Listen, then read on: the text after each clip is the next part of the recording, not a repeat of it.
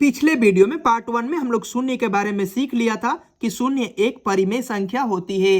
Next video में हम लोग बोले थे कि पूर्णांक संख्या के बारे में देखेंगे। तो पूर्णांक संख्या को हम लोग इंटीजर्स नंबर कहा जाता है। शून्य सहित धनात्मक तथा ऋणात्मक संख्या को पूर्णांक संख्या कहते हैं। यहाँ पे दर्शाया गया है कि एक संख्या रेखा है, शून्य रहता है। यहाँ पे शून्य को उदासीन पूर्णांक भी बोला जाता है, कभी कभी ये परीक्षा में प्रश्न पूछा जाता है। और इधर की संख्या जो होती है प्लस होती है और इधर की संख्या जो होती है माइनस होती है, इसलिए यहाँ पे प्लस भी ई लिख देंगे और यहाँ पे माइनस भी ई। इसके बाद यहाँ पे नोट में बताया गया कि यदि शून्य में हम लोग कोई संख्या से भाग दे देते हैं तो वह शून्य बन जाता है। नंबर 2 में बताया गया है कि यदि कोई संख्या ऊपर हो जाए, यदि हम लोग शून्य से भाग देंगे तो वह इन्फिनेटिव अपरिभाषित बन जाता है। यदि हम लोग शून्य में शून्य से भी भाग दे देते हैं तो वह अपरिभाषित बन जाता है और अपरिभाषित का चिन्ह इस प्रकार होता है। इसके बाद यहाँ पे बताया गया कि प्राकृत संख्या को नेचुरल नंबर कहा जाता है।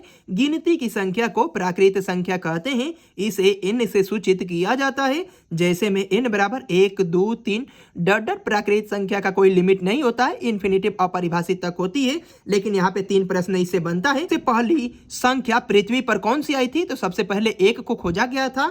सबसे छोटी प्राकृत संख्या होती है तो सबसे छोटी प्राकृत संख्या 1 से शुरू होती है। सबसे बड़ी प्राकृत संख्या की बात की जाए तो इन्फिनेटिव हो जाएगा, अपरिभाषित तक जाती है।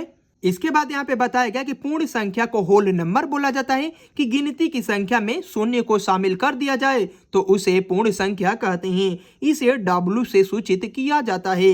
यहाँ पे प्राकृत संख्या 1 से लेके इन्फिनिटी तक था, इसमें यहाँ पे W के द्वारा सूचित किया गया था। यहाँ पे प्राकृतिक संख्या है, यहाँ पे प्राकृत संख्या है 1 से लेके इन्फिनिटी तक दर्शाया गया था। इसमें आगे शून्य को लगा देंगे तो यह पूर्ण संख्या बन जाएगी। यहाँ पे 2 ऑब्जेक्टिव क्वेश्चन बन गया है कि सबसे छोटी पूर्ण संख्या होती है तो शून्य होता है, सबसे बड़ी पूर्ण संख्या होती है तो बड़ी तो इन्फिनिटिव है, तो यहाँ पे अपरिभाषित लिख देंगे।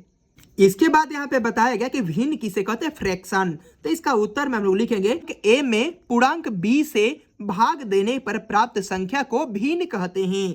जैसे कि हम लोग 2 में 1 से भाग दे देंगे तो 2 ही होगा, जबकि यह एक परिमेय संख्या या भिन्न नहीं है, क्योंकि ए में हम लोग यहाँ पे तो 1 तो छुपा रहता है। यदि 1 में हम लोग 2 से भाग देंगे तो 0.5 हो जाएगा, जबकि यह एक परिमेय संख्या है, ये भिन्न है। कह सकते हैं कि यह भिन्न है एक, क्योंकि इसको बटे के रूप में हम लोग रख सकते हैं। 2 को बटे में हम लोग कहाँ रखते हैं? 2 को तो बस 2 ही रखते हैं, इसके नीचे तो एक ऑलरेडी छुपा रहता है, तो कह सकते हैं यह एक परिमेय संख्या है, लेकिन यह भिन्न नहीं है।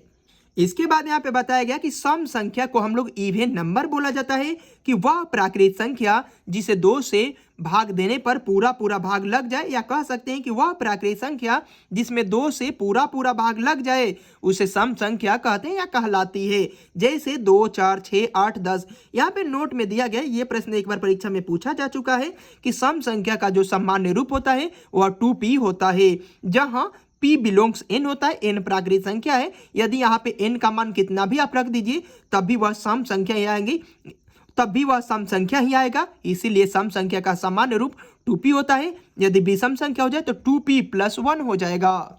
यहाँ पे बताया गया कि विषम संख्या ओड नंबर वह प्राकृत संख्या जिसमें 2 से पूरा भाग न लगे उसे विषम संख्या कहलाते हैं या कहते हैं। जैसे 1 3 5 7 इत्यादि।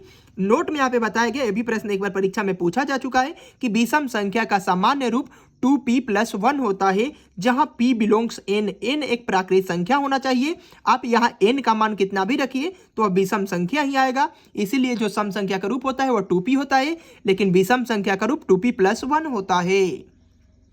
इस प्रकार पार्ट 2 में इतना ही रहने देते हैं। पार्ट 1 देख लिए, पार्ट 2 मिलते हैं नेक्स्ट वीडियो में। पार्ट 3 और भी इसका बेसिक है कुछ वास्तविक संख्या का।